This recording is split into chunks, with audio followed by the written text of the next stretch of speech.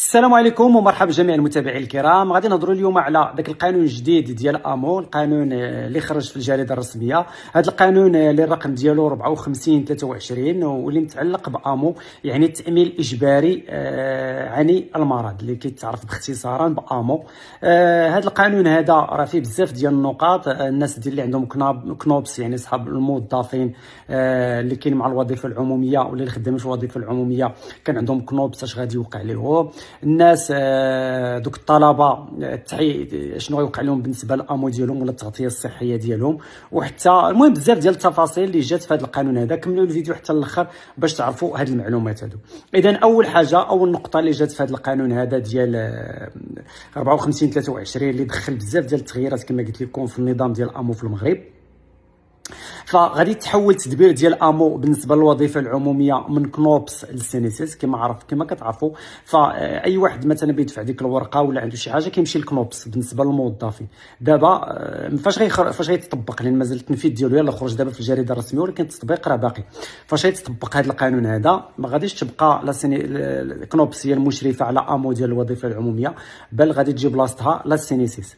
الموظفين ديال التعليم، ديال الصحه، ديال الجامعات فكانوا تابعين الكنوبس كما قلت لكم دابا، والقطاع الخاص كانوا تابعين للسينيسيس. دابا غادي يتجمعوا بجوجهم. دابا الدوله قررت باش تجمع التدبير وغادي يكون كامل عند لا سينيسيس، وهكا الموظفين ديال القطاع العام غادي يوليو تحت اولا ديك التغطيه الصحيه ولا امو ديال الموظفين ديال القطاع العام غادي يولي تحت التسيير والتدبير ديال لا سينيسيس. وهذا الشيء هذا راه بالتدريج، يعني غادي يمشي هادشي بمراحل. اذا كملوا الفيديو للاخر باش تفهموا كلشي التفاصيل ديال هادشي هذا. مثال بسيط، مثلا واحد الاستاذ في التعليم العمومي دابا مازال اللي كيشرف على التغطيه الصحيه ديالو ولا امو ديالو، نقولوا امو ديالو اللي مازال كيشرف على امو ديالو وكيسيروا وكيدبروا هو كنوبس. ولكن من بعد ما غادي يدخل هذا القانون هذا حيز التنفيذ، الملف ديالو او التعويضات والوثائق وكل شيء داكشي ديالو غادي تولي كتشرف عليه لا سينيسيس، الصندوق الوطني للضمان الاجتماعي، وما غاديش يضيع عليه الحق ديالو ولا غادي يعاود يتسجل ولا غادي تمشي الامور. داك الانتقال غادي يكون انت كمؤمن ولا داك الموظف ما غاديش تحس حتى شي تغيير، غير عوض ما تمشي للكنوبس تولي تمشي لا سينيسيس ولا المهم غادي تولي التسميه هي لا سينيسيس. المهم دوك العقود ودوك الاتفاقيات مع المصحات ولا داك التامين التكميلي بحال اللي دايرين مثلا التعليم مع سلام، داك التامين التكميلي وداكشي كلشي غادي يبقى داكشي خدام كما هو، والمسؤوليه ما غاديش تبقى عند كنوبس، غادي تولي عند لا سينيسيس. هذا التطبيق هذا كما قلت لكم ماشي غادي يطبق هادشي في نهار واحد، ولكن غادي تكون واحد الفتره انتقاليه. الفتره الانتقاليه تقريبا المده ديالها عام، يعني 12 شهر. غادي يوجدوا فيها دوك النصوص التطبيقيه، غادي يحضروا الانظمه المعلوماتيه، يعني مواقع فين غتدخلوا هذا، والنصوص التطبيقيه اللي كيفاش التنزيل ديال هذا الشيء هذا. وغادي ينقلوا الارشيف من والملفات بلا مشاكل، يعني يحاولوا ينقلوا دوك الملفات وداك الشيء بلا مشاكل. والمواطن غادي يتعالج ويستافد عادي بحال ما كاين والو. مثلا كما قلت لكم ممرضه مثلا ولا استاذ ولا موظف في الجامعه، فهاد العام هذا غادي يبقى كيداوى ويدفع الملف ديالو ويتعوض ديما، ما كاين حتى شي حاجه وما كاين لا ارتباك لا والو. هذاك الشيء هذا غادي يدار الفوق بين النظامين جوج، بين لا كنوبس ولا سينيسيس. اما داك المؤمن يعني داك الموظف ما غادي يحس حتى شي حاجه، تمشي تدفع الملف ديالك وغادي يخرجوا لك التعويضات ديالك عادي بحال ما كاين والو. بالنسبه للطلبه، النقطه الاخرى اللي جا بها هذا النظام الجديد ولا هذا التغيير اللي كاين، فالطلبه داك النظام ديال الامو اللي كان عند الطلبه فما بقاش، يعني سالا ما بقاش. الطلبه كان عندهم نظام خاص بهم والدوله اللي كتخلص داك الاشتراك ديالهم، يعني الدوله اللي كانت تخلص عليهم. دابا النظام تلغى، والطلبه المغاربه اللي ما تابعين حتى شي نظام، مثلا والديهم مثلا ما مسجلينش مثلا في لاسينيسيس ولا في كنوبس، لان الطلبه دابا خلاوهم يبقاو متبعين والديهم، يعني يبقى تحت من ذوي الحقوق ديال الاب. الا كان الاب ولا الام مؤمن فالطالب تيمشي معاه، ولا ما كانش مثلا الا ما كانش والدي مثلا ما عندهم لا سينيسيس، ما عندهم حتى شي حاجه، ما عندهم حتى امو، فهنا الطلبه غادي يدخلوا في النظام ديال الاشخاص الغير القادرين على دفع الاشتراك اللي هو امو تضامن. غادي يدخلوا مع الناس ديال امو تضامن. اذا هذه النقطه باينه. اذا الطلبه داك التامين الاجباري على المرض ديال الطلبه، امو ديال الطلبه راه ما بقاش.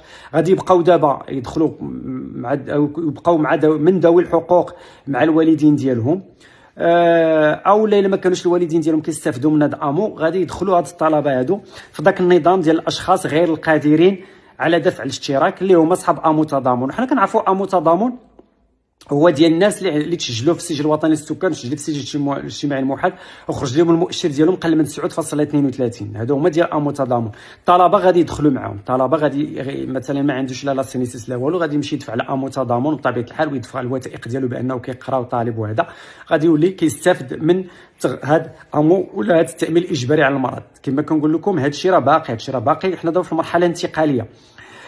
بالنسبه نعطيكم واحد المثال، واحد الطالب مثلا مغربي ما خدامش، ما دخلش مع والديه لا في السينيسيس ولا في كنوبس، غادي يبقى يستافد من التغطيه الصحيه عبر النظام التضامني اللي هو امو تضامن ديال اللي عندهم المؤشر قل من 9.32. بالنسبه للطلبه الاجانب مازال عندهم الحق هما في التغطيه، ولكن الكيفيه والتفاصيل راه غادي تجي في النصوص التطبيقيه. يعني مازال ما كايناش داك التنزيل دابا فاش خرجوا دوك النصوص ديال التنزيل راه غادي ولا الاجرائيه غادي يبان هذا الشيء. اذا الطلبه الاجانب راه باقي عندهم الحق في التغطيه. بالنسبه للابناء ديال المؤمنين، يعني الابناء ديال اللي والدهم كيستافدوا من التغطيه الصحيه ولا من امو، فالتغطيه دابا غادي تبقى حتى ل 30 عام بالنسبه لهاد الابناء هادو اللي كيقراو. اذا هاد النقطه راه مزيانه. كانوا في الاول كيحبسوا لهم غير في 26 عام، دابا زيدوها حتى ل 30 عام، طولوها ل 30 عام. شنو الجديد؟ هو الولد والبنت يقدروا يبقاو مغطيين صحيا حتى ل 30 عام مع الاباء ديالهم، يعني يبقاو مدخلين يكونوا مع من ذوي الحقوق ديال الوالدين ديالهم، ولكن بشرط يكونوا تيقراو في التعليم العالي ولا في التكوين المهني اللي معترف به، يكونوا تيقراو في التعليم العالي ولا في التكوين المهني اللي معترف به، ويقدموا الوثائق اللي كيثبتوا هذا الشيء. ضروري غادي يبدا يطالبوهم بشهاده ولا شي حاجه في كل سنه باش يعرفوا واش باقيين كيقراو في التعليم العالي وفي المعاهد ديال التكوين المهني اللي معترف بها، يعني الدوله معترفه بها. اذا هذا بالنسبه للاطفال ولا الابناء، مش الاطفال، الابناء ديال المؤمنين، فراه زادوا لهم حتى ل 30 عام بشرط يكونوا تيكملوا القرايه ديالهم. مثلا بنت عندها 26 سنه كتقرا في الجامعه، غادي تبقى في امو ديال باها ولا ديال امها حتى توصل ل 30 عام، خاصها تبدا تدفع الوثائق اللي كيثبتوا هكا. وهادشي راه كاينين شي مسارات وشي تكوينات اللي مستثنات، يعني كاين شي مسارات وتكوينات اللي ما معنيش، يعني ما غاديش يستافدوا هما ليهم. هادشي كما قلت لكم غادي يخرج في داكشي النصوص التنظيميه. وهاد النقطه راه ممكن اللي تكون تشكل واحد المشكل في وتخلق واحد النقاش. المهم حنا تيخرجوا النصوص التنظيميه عاد نشوفوا. الخلاصه راه امو غادي تولي هي اللي كتدبر وهي اللي كتسير، غادي تولي كتسير وتدبر من طرف لا سينيسيس، ما بقاتش كنوبس، ما كاين ما غادي تقطعش حتى حاجه، ما غادي تغير.